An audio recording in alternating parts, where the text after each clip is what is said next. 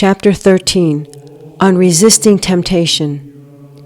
We will never be free of trials and temptations as long as our earthly life lasts.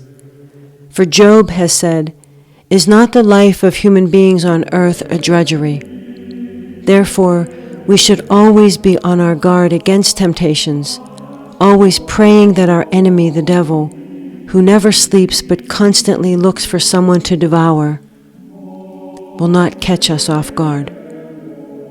No one in this world is so perfect or holy as not to have temptations sometimes.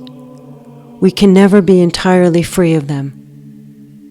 Sometimes these temptations can be very severe and troublesome, but if we resist them, they will be very useful to us.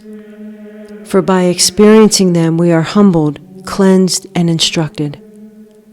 All the saints endured tribulations and temptations and profited by them, while those who did not resist and overcome them fell away and were lost.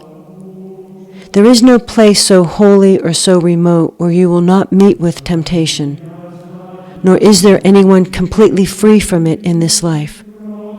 For in our body we bear the wounds of sin, the weakness of our human nature in which we were born.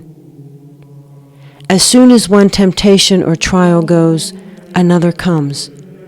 We will always have something to suffer because we have lost our original state of happiness. Many try to fly away from temptations, only to fall more deeply into them. For you cannot win a battle by mere flight. It is only by patience and humility that you will be strengthened against the enemy. Those who only shun them outwardly and do not pull them out by the roots will make no progress. For temptations will soon return to harass them, and they will be in a worse state. It is only gradually, with patience and endurance and with God's grace, that you will overcome temptations sooner than by your own efforts and anxieties. When you are tempted, seek the advice of a wise counselor, and do not yourself be harsh with persons who are tempted. Rather, be happy to console them as you would wish to be consoled. The beginning of all evil temptations is inconstancy of mind and insufficient trust in God. Just as a ship without a rudder is tossed about with every storm, so those who are negligent and abandon their good resolutions are tempted in diverse ways. Gold is tried by fire, and the upright person by temptation. Often we do not know what we can do until temptation shows us what we are. In the early stages of temptation, it is necessary to be watchful, for it is easier to overcome the enemy if he is not allowed to enter into your mind, but is resisted and shut out as soon as he knocks. As someone has said, resist the beginning. The cure applied afterwards is too late.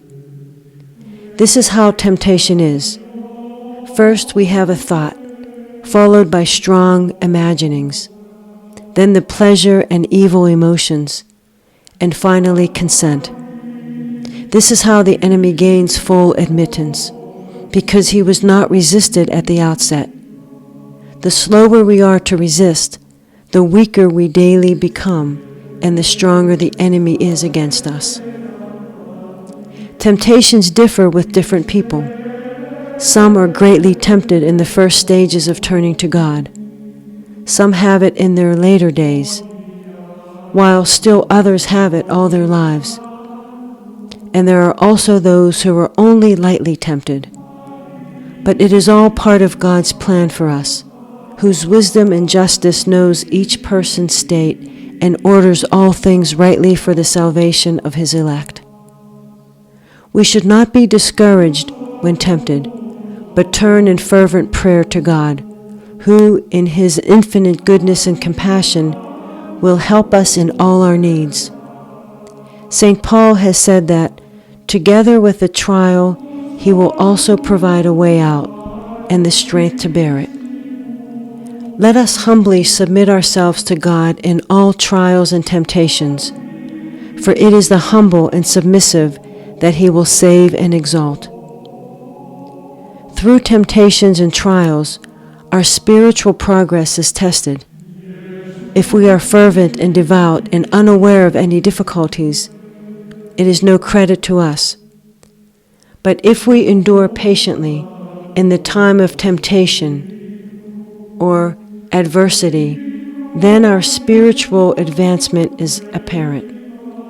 Some people are kept from grave temptations, and yet every day they fall into the same petty faults. God, in His merciful goodness, permits this to keep them humble, so that they will not trust in themselves, seeing how easily they are daily overcome.